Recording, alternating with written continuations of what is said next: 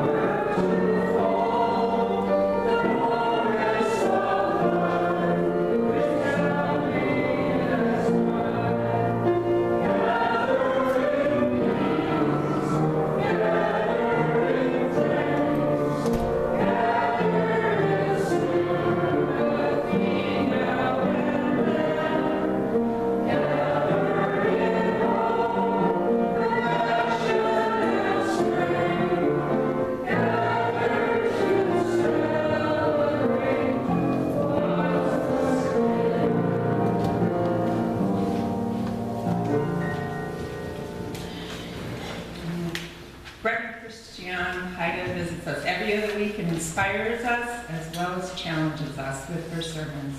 This week's sermon, An Honest Look at Father's Day, is timely on this cultural holiday. Thank you, Dan. Thank you, everybody. What a treat to have you all show up. First of all, happy Father's Day to all the dads out there. Whether you are a biological father of a child or have raised children, whether you have been a foster dad or adoptive father, whether you have mentored or sponsored someone as if you were a father, whatever your gender, if you've done fathering, happy Father's Day to you. Fatherhood matters, and it certainly deserves a sermon. There are religious paths in which God is described as Father, and sharing that title Father is ominous and challenging. This affects many children's first perception of divinity. Father's Day sermons are tough though, since there's so many ways to be or not to be a father. I have to admit that Mother's Day sermons are a little easier, especially for us Unitarian Universalists. Like in 1872, Unitarian Julia Ward Howe began advocating for the creation of a Mother's Day for Peace. That's always an inspiring story and a great example of Unitarians affecting the world long term. Or we could talk about Mother Earth and focus on the seventh principle on our path. That we can do safely. Now, I have to admit, even mother issues are still complicated, and some of us psychotherapists are known for saying, if it's not one thing, it's your mother. We are dealing with weak, fraught, and stressed people when we talk about parents. Usually, they all had poor role models and are trying to do their best, often without training or guidance. I will never understand why parenting is not part of the core curriculum in middle school or at least high school, so people might learn some skills. If that was the case, and had been many of us, would have had easier childhoods, with less trauma and with more support. We would have fewer deep childhood wounds which required healing and attention well into adulthoods and some into old age. We would have been told about our worth, and we would have experienced that unconditional positive regard we need to grow up to be emotionally healthy humans with good coping skills. But no, parents mess up, even the best of them. Whenever we talk about parenting, we easily stir up old childhood wounds, as well as a sense of inadequacy for our own child-rearing years. If you ever want to see someone get defensive, talk to them about the way they're raising their children. On second thought, don't. It tends to end relationships. And then there's that complicated role of fathers, today's topic.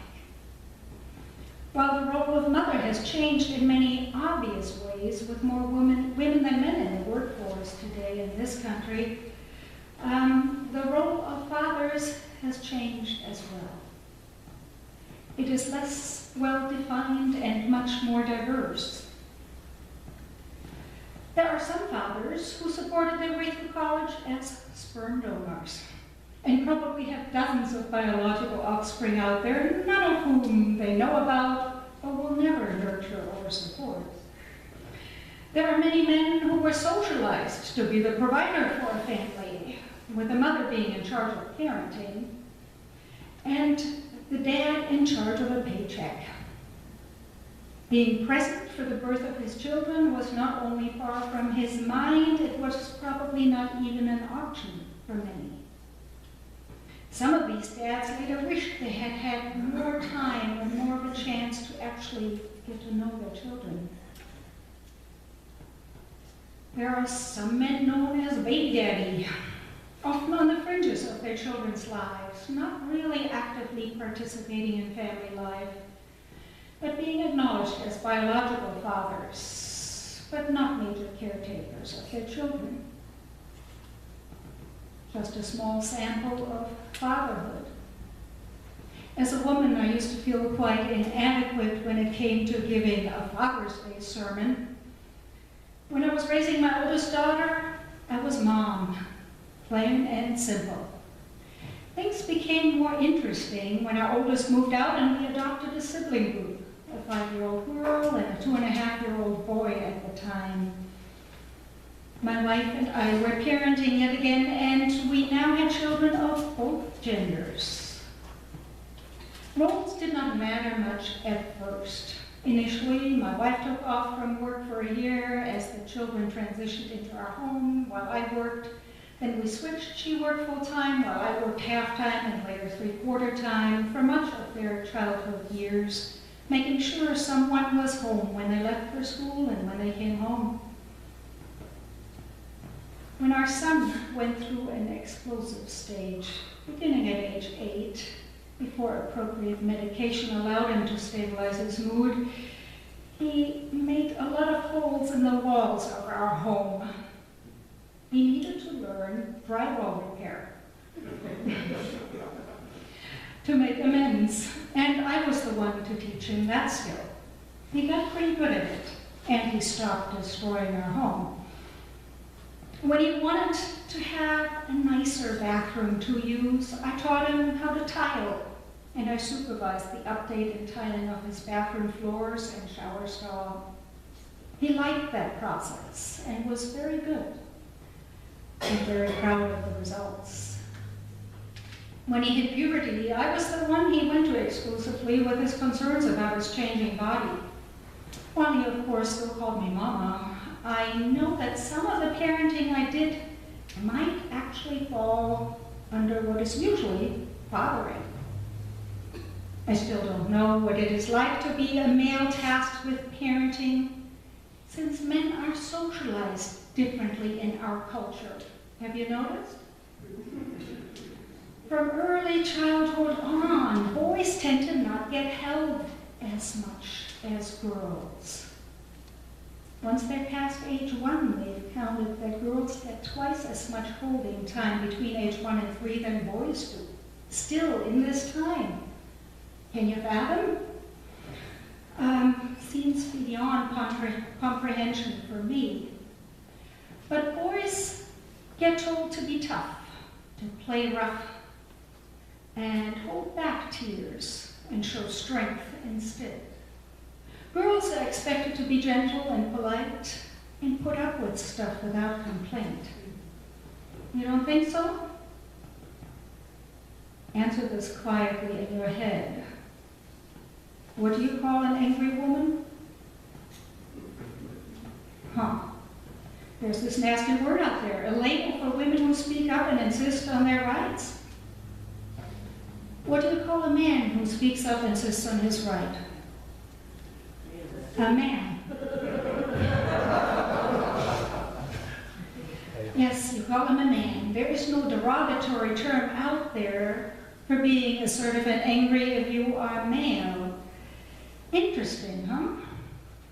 While girls are often still taught to suppress their voices and strengths, boys are taught to hold in their emotions, especially the more vulnerable ones, anything other than anger.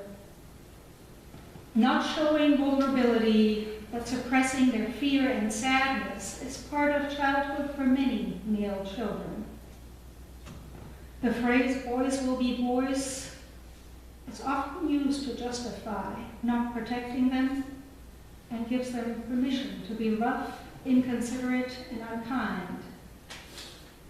And these boys also often grow up to be fathers. Fathers who were not encouraged to play with baby dolls, which could have taught them some parenting, and were often not shown how to change diapers or to nurture. No wonder there's so much pain connected with this role of father. Before I go on, I want to clarify something. Your parents probably did some things right, and probably did some things quite badly. How much good or bad parenting we received may differ, but we probably all got some of each. It is okay to still have issues with our childhood, and it is still worth healing those wounds regardless of our age. If you yourself have a history of parenting, you are allowed to see that you also did some things well and others not so well. You are also human, and none of us have perfect role models. All of us can work together to challenge gender stereotypes and overcome the limits we were given by our upbringing. And all of us, regardless of age or family standing, can continue to parent. It is a great big world out there. People still need support and nurturing all around us. And stepping into that caring parenting role can happen many times a day in many circumstances, and not just on Father's Day. So fathering is complicated and is important. I want to speak about one specific dad for a bit. He's been in the news, hit about 3 weeks ago. He wrote this letter to a judge. His name's Dan Turner, a dad, writing to a judge pleading for a lenient sentence for his son, Brock Turner, who had been convicted of rape. Last year, Brock had raped an unconscious woman he did not know on rough ground behind a dumpster at Stanford University. He was caught in the act by 2 men who stopped him, called the police, and tackled him when he tried to run away. Now, to be the father of such a man, Dan Turner's relationship to Brock did not start with the rape. Dan Turner raised Brock for the last 20 years, and his letter shows us some of his role as a father. I am sure some of you have read it. I found it personally very painful to do so. Dan talks about how devastating life has been since the events of January 17. He gives examples to show what a good character Brock has, what a joyful child and youth he had been. He talks about Brock being a star athlete and the dreams Brock has for the future. And he tells how hard it has been for Brock, how he no longer enjoys steak dinners. If you read the letter, like I read the letter, you might have noticed one very blatant omission. The word rape wasn't mentioned in there. Not even the word attack or assault. There is no acknowledgement in the letter that Brock committed a violent crime. The victim of the crime is not referred to at all, nor any ways in which she might have been impacted by this trauma.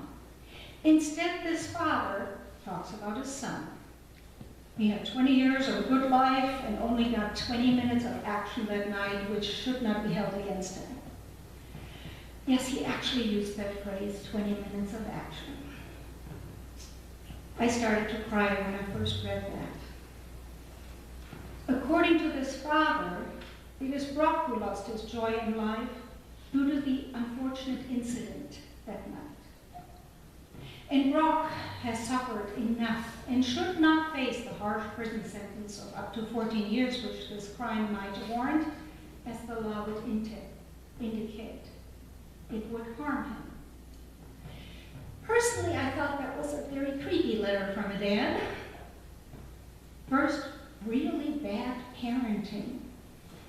Allowing our children to experience consequences of their action is actually a good thing. It allows them to grow into mature and responsible beings if we are lucky. And then there's this attitude behind these words. If we ever needed an example of what it is like to be raised with a sense of privilege and entitlement, this was it. Life apparently revolved around Brock, who was a star and needed to be protected. Since he had dreams and goals, he could not be put in harm's way, like being exposed to prison. That is what the father wrote. The really crazy